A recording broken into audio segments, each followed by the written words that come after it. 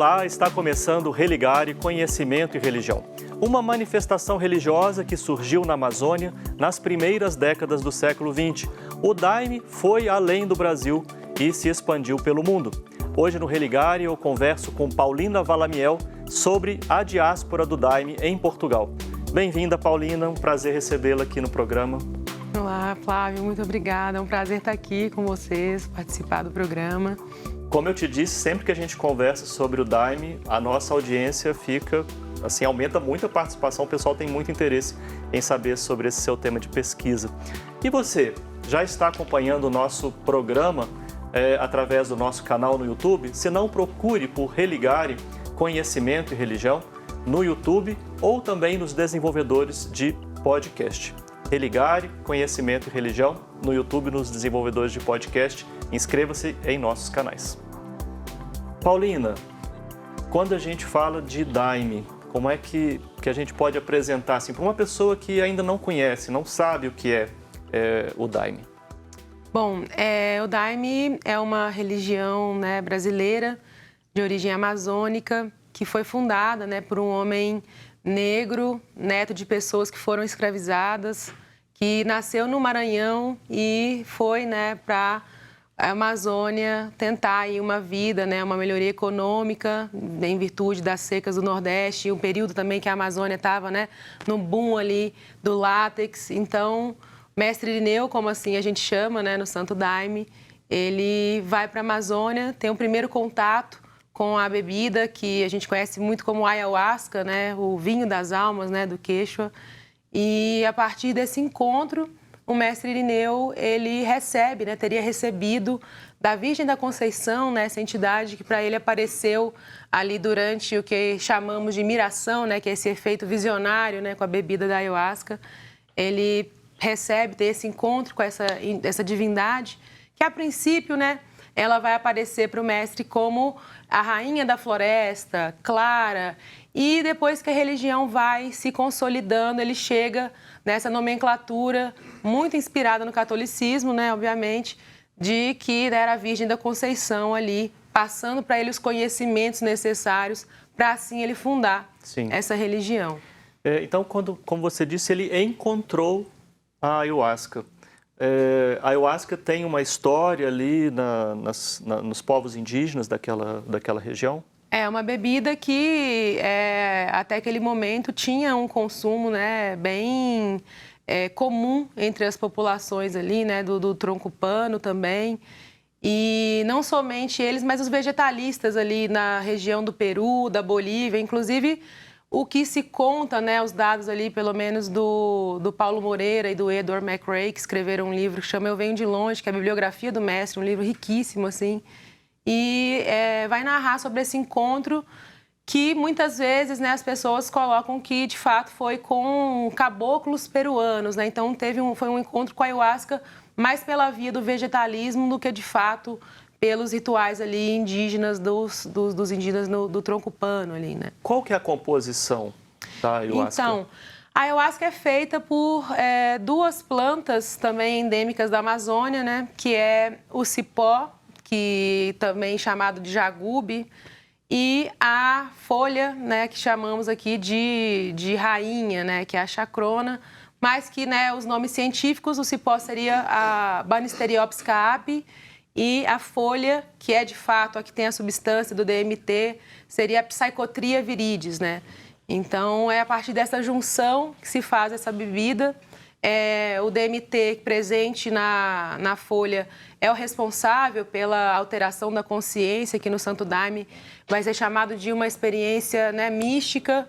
A gente entende como um enteógeno, algo que é Deus dentro. Então, a gente vai criticar bastante, né, essas percepções do Daime como um alucinógeno, né? O que se entende é que é uma experiência mística de um contato com o divino e, claro, quimicamente possibilitado por essa substância, mas não sozinha, né?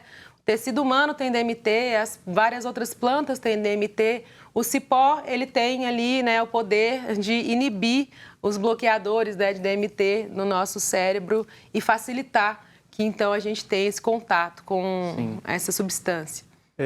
Sendo uma religião, a gente pressupõe a existência de comunidades, de rituais, de alguns princípios que orientam, né, essa prática religiosa, além da própria dimensão da vivência, né, dessa fé. Quais são, né, essas características, ou do rito, ou da comunidade, dos princípios que orientam o Daime? Então, o Santo Daime, como eu estava mencionando anteriormente, né, ele foi fundado pelo mestre Irineu. Isso. E foi realmente num modelo em que havia nas terras ali próximas da casa do mestre, né, que depois foram terras adquiridas pelo mestre, a possibilidade desses seguidores construírem ali, né, a sua casinha. Aí estou falando de seguidores que eram, a maior parte, pessoas ali vindas, famílias de seringueiros, pessoas semi-analfabetas, uma população majoritariamente negra também, o que, né, vai alterar bastante durante a expansão, que a gente vai falar daqui a pouco. Mas a partir dessa relação, né, as pessoas acabavam vivendo ali essa realidade muito estruturada pelo próprio rito do Daime, né? Então, o mestre ele vai instaurar datas oficiais das cerimônias, que são chamadas de trabalhos. Então, todo dia 15 e 30, como também várias outras igrejas da expansão, elas também seguem. Existem os trabalhos de concentração, que são cerimônias que vão ter uma roupa específica, as pessoas vão participar dessa cerimônia majoritariamente, né, a maior parte do tempo, sentadas. E tem também os trabalhos de Inário, que foram se consolidando posteriormente, mas ainda com o mestre, que seguem bastante o calendário católico, né? Então, São João é um trabalho fundamental assim, para o calendário daimista, é um ponto alto assim, desse calendário dos trabalhos, né? E aí são os rituais mais longos, que duram aí mais de 12 horas, muitas vezes, né? São João, São Pedro, Santo Antônio, a Virgem da Conceição, são pontos muito altos aí desse calendário. E esses rituais, eles são... tem a ingestão da ayahuasca. Eu me lembro de ter, há muitos anos atrás, participado de uma sessão pública que foi numa praça, foi no Rio, na Eco 92. Ah! Imagina, faz muito tempo que eu tive esse contato.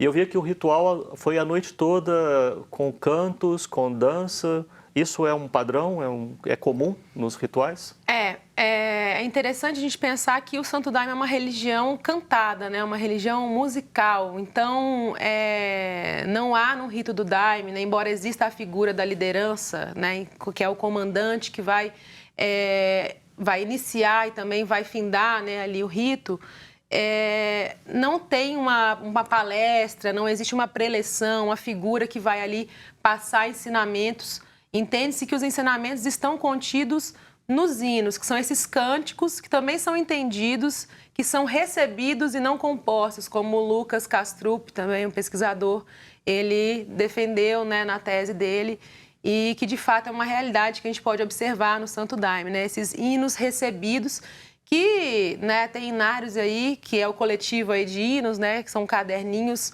que também os caderninhos vieram com a expansão, porque a gente está falando ali no início de uma população semi-analfabeta, as pessoas gravavam em torno de 100, né, 120 hinos na memória, e aí também a gente pensa numa questão cronológica, né, porque também como o Lucas observa, existe uma mudança nessa percepção do tempo quando você está num ritual. Então, não é só as horas, não, já tem 6 horas de rito, já tem 4 horas, não. Qual hino que a gente está? É o 60 de 120? Então, o trabalho está na metade. É o 100? Não, então daqui a pouco está acabando. Mas, de fato, nos trabalhos que a gente chama trabalhos de Inário, que são os trabalhos que tem o bailado, que é esse movimento com o corpo, que também é um movimento padronizado, nesses trabalhos, aí se alongam, né, 12, 13 horas de cerimônia.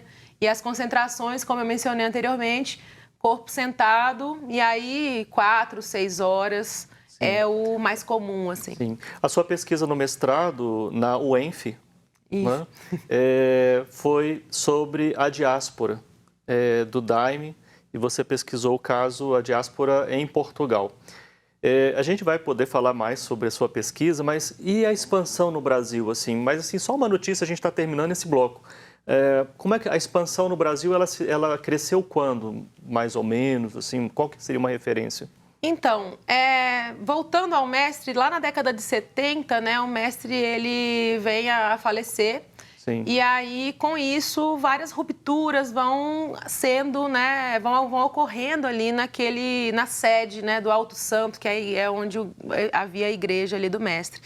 Então, a partir dessas rupturas, foram surgindo novas linhas de trabalho, outras pessoas que saíam, fundavam outras comunidades, com algumas coisas assim, idiosincráticas, mas que marcavam ali agora identidades diferentes dentro desse guarda-chuva que é o Santo Daime. Quem se destaca nisso aí é a figura de Sebastião Mota, que também era um seringueiro, conhecido dentro do Daime como Padrinho Sebastião. E ele vai, né, ser o fundador aí de uma das comunidades mais significativas, né, do Santo Daime em termos de número de pessoas e também de impacto na expansão. E também por que esse impacto? Porque essa comunidade começou a receber um novo perfil de adeptos. A gente está falando ali findando década de 70, início de anos 80, começa a receber vários jovens da contracultura, filhos da classe média, já altamente escolarizados, em busca de um sentido, nessa crise de sentido moderna. Muitas vezes indo, né, entrevistei alguns que estavam indo para Machu Picchu e aí acabam ouvindo sobre a ayahuasca e iam conhecer a comunidade. Sim. E ali tinha essa experiência, se encantavam e depois foram eles, com a autorização de Sebastião Mota, Padrinho Sebastião, que começam a trazer para o Brasil, para o resto do Brasil, o Sudeste e o Sul, mais especificamente, essas cerimônias. Vamos seguir na nossa conversa sobre a diáspora, né? A diáspora do Daime em Portugal, que é o tema do Religare de hoje. A minha convidada é a Paulina Valamiel. Nós vamos fazer um rápido intervalo, a gente volta daqui a pouco.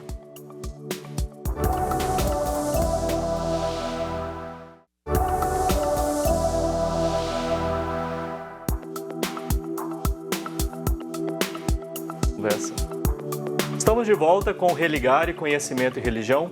Hoje eu recebo Paulina Valamiel e nós estamos falando sobre a diáspora do Daime em Portugal. Então, esse é a razão do nosso convite, a sua pesquisa, né? A gente apresentou o Daime no primeiro momento. Como é que se deu essa diáspora para Portugal? Então, para Portugal especificamente, também na década de 80, né? Então, em 89, o Santo Daime chega a Portugal, pude encontrar alguns registros, né? Que os livros de assinatura e de presença.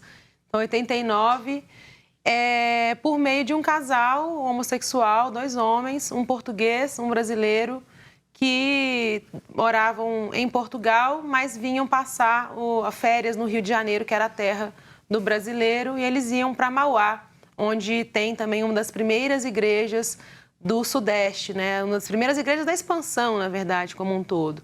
Então, eles levaram ali a primeira garrafinha de ayahuasca, né? Que no Santo Daime recebe o nome de Daime, ou Santo Daime também. E aí levaram essa garrafinha e começaram a fazer os 2 num apartamento que eles narravam, que era inclusive um apartamento bem pequeno, que contrapõe com aquela lógica da igreja, né? Que no Daime também recebe esse nome de igreja, o salão onde se faz ali os trabalhos. Sim. E ali naquele apartamento eles fizeram a primeira cerimônia entre os 2. Depois ficaram sabendo de um amigo, outro amigo. E poucos anos depois já tinham centenas de pessoas no país que estavam ali participando das cerimônias. O que, inevitavelmente, com o número de pessoas também, acabou trazendo disputas internas, cisões, e foi também dando formato, contorno que o Daime tem hoje ali no país. Sim. Que região em particular começou? Na região de Lisboa. Ali na região de Lisboa. A gente hoje encontra ali também uma disposição semelhante, então nas regiões ali metropolitanas de Lisboa e alguns grupos familiares no norte, na região ali do Porto. Então, eles estão de alguma forma conectados, principalmente em função das redes de distribuição da própria bebida e se encontram em determinados eventos do calendário, trabalhos que são maiores. Então, é um grupo muito pequeno hoje. Bom, desde que eu comparei, a gente vê um pico nos anos 2000 de adeptos, centenas. Depois esse número vai caindo e lá para 2015, 2017 eu consegui observar de novo, um aumento nesse número de adeptos, mas que eu consegui mapear mesmo dentro do país hoje, em torno de uns 60, 70 daimistas, pelo menos hoje que eu digo, até o fim da pesquisa, que foi ali em torno de 2020. Sim, sim. Você falou que de divisões, há uma organização que representa esse grupo de daimistas? Sim, na configuração atual existem 2 grupos maiores. Um deles tem uma filiação institucional com uma igreja aqui do Brasil, que foi inclusive a primeira igreja fora da Amazônia. E um outro grupo menos institucionalizado em termos de ter laços institucionais, de filiação aqui com o Brasil, mas que está mais próximo de outros grupos também menos institucionalizados, também no Rio de Janeiro, mas que tem uma filiação, uma aproximação, que eles narram de uma aproximação espiritual com a ICEFLO, que é de fato a instituição que protagoniza aí a expansão do Santo Daime, e que anteriormente tinha o nome de Ceflures, foi fundada também pelo padrinho Sebastião, que eu mencionei do bloco anterior. Então, né, quando eu digo isso, algumas pessoas, alguns pesquisadores vão chamar de linhas, né? O Santo Daime tem linhas diferentes. A expansão do Daime traz isso para a gente, né? O Daime, ele não é algo homogêneo. Dentro desse guarda-chuva do Santo Daime, existe o que alguns pesquisadores vão chamar de linha do mestre, e ficou assim no Sudeste, no resto do mundo, que é aquela igreja que é considerada sede, o Alto Santo. Eles têm uma característica menos expansionista, na verdade, nada expansionista. Eles não são... A da sede. A sede, não são a favor da expansão. O que a gente vê, né, sendo narrado nas pesquisas é que há uma crença de que se as pessoas querem experimentar o Daime, inclusive eles não vão chamar de Santo Daime, é algo também ali a partir da ICEFLO, deve-se ir à sede do mestre Irineu. Então, eles não reconhecem como legítima a existência de nenhuma outra igreja, nenhum outro grupo fora ali daquele contexto. Então, a gente tem também, né, como eu mencionei, a ICEFLO, que é muito grande. Hoje também tem o CEFLI, que é uma outra linha que foi fundada por um outro, um cara de muito carisma também ali dentro do Alto Santo, que foi o Luiz Mendes, que faleceu aí há poucos anos atrás. Temos também, oriundo da expansão, um Bandaime, né, fundado ali pela Mãe Baixinha, em Lumiar, junto, né, que também teve esse encontro com o Padrinho Sebastião, esse aperto de mãos que eles narram que sinalizou uma aliança entre o Santo Daime e a Umbanda. Tem também na região ali do Rio, muito comum, né, o Rasta Daime, que é uma aliança do Rastafari com o Santo Daime. Então, assim, tem vários daimes. E em Portugal que se apresenta, né, esse daime ali da igreja Céu do Mar, né, que vem com essa ligação com o Céu do Mar, que é essa primeira igreja do daime fora da Amazônia.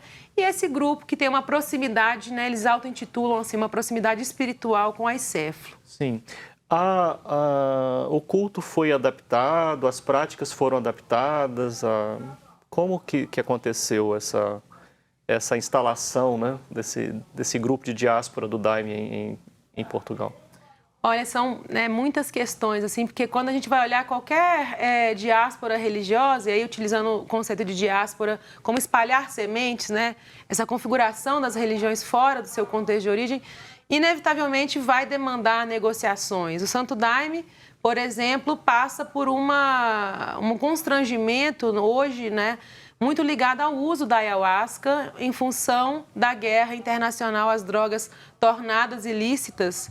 Então, o Daime tendo, né, na sua composição algumas porcentagens da dimetiltriptamina, o DMT, acaba muitas vezes sendo incluso nessa política, né, de guerra às drogas, oficialmente desde 1970, quando houve, 1971, corrigindo, quando houve aí a Convenção de Viena, e o DMT foi colocado como uma substância sujeita a controle internacional de tipo A, né, ao lado ali da cocaína, por exemplo.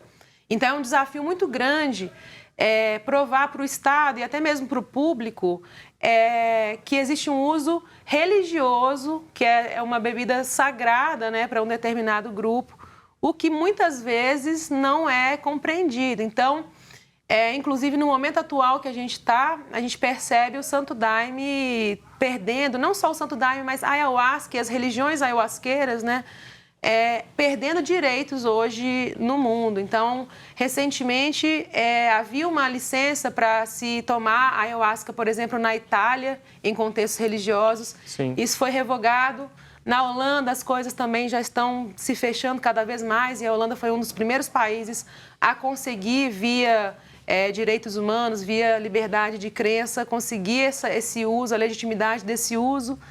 E em Portugal não é diferente, né? Então, o que eu pude observar ali é que o Estado se recusa a reconhecer o Santo Daime como uma religião legítima em função desse consumo dessa bebida.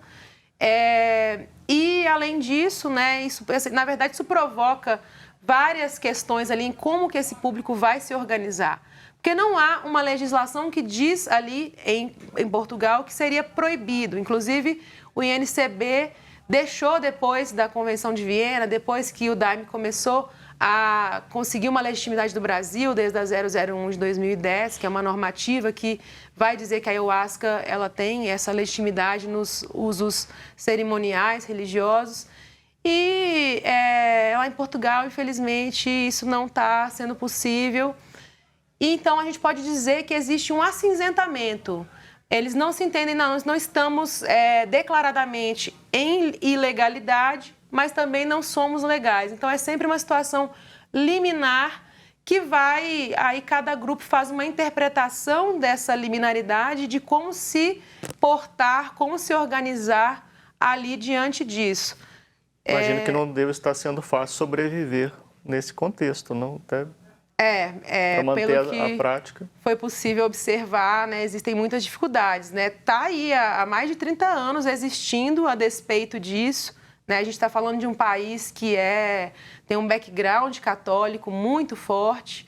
Inclusive, né, foi possível estar presente em uma reunião com um membro da Comissão de Liberdade Religiosa, em que, ao reivindicar esse uso legítimo, religioso, né, da bebida e também de serem reconhecidos ali como uma comunidade religiosa, foi ouvido algo muito interessante, assim, né? Foi dito, né, ouvido por mim uma coisa muito interessante, que era o fato de que eles não podiam entender o Santo Daime como uma religião, uma vez que santo é algo utilizado para um homem canonizado, e não para uma religião, e não para uma bebida. Então, que ele daria uma sugestão para que esse grupo tentasse refazer o processo, tirando ali a palavra santo, para assim eles serem entendidos, né? Pelo menos ter alguma possibilidade de alguém entender, porque era como se causasse uma confusão muito grande, santo para algo que não fosse um homem canonizado. Em aplicação de parâmetros de outra tradição religiosa. Paulina, Exatamente. a gente precisa concluir a nossa conversa. Eu só posso concluir te agradecendo muito por você ter vindo falar sobre o Daime aqui no Religário. Muito obrigada. Para mim foi muito bom estar aqui, conhecer você pessoalmente. Sim, uma alegria. Bem, nós somos um projeto de extensão do Programa de Pós-Graduação em Ciências da Religião da PUC Minas. Você pode conhecer mais sobre as nossas atividades, os nossos cursos de mestrado e doutorado. Acesse a página pucminas.br/ppgcr. Obrigado a você que nos acompanha, obrigado aqui a toda a nossa equipe. Nós voltamos na próxima semana com um novo programa. Um abraço muito cordial e até lá.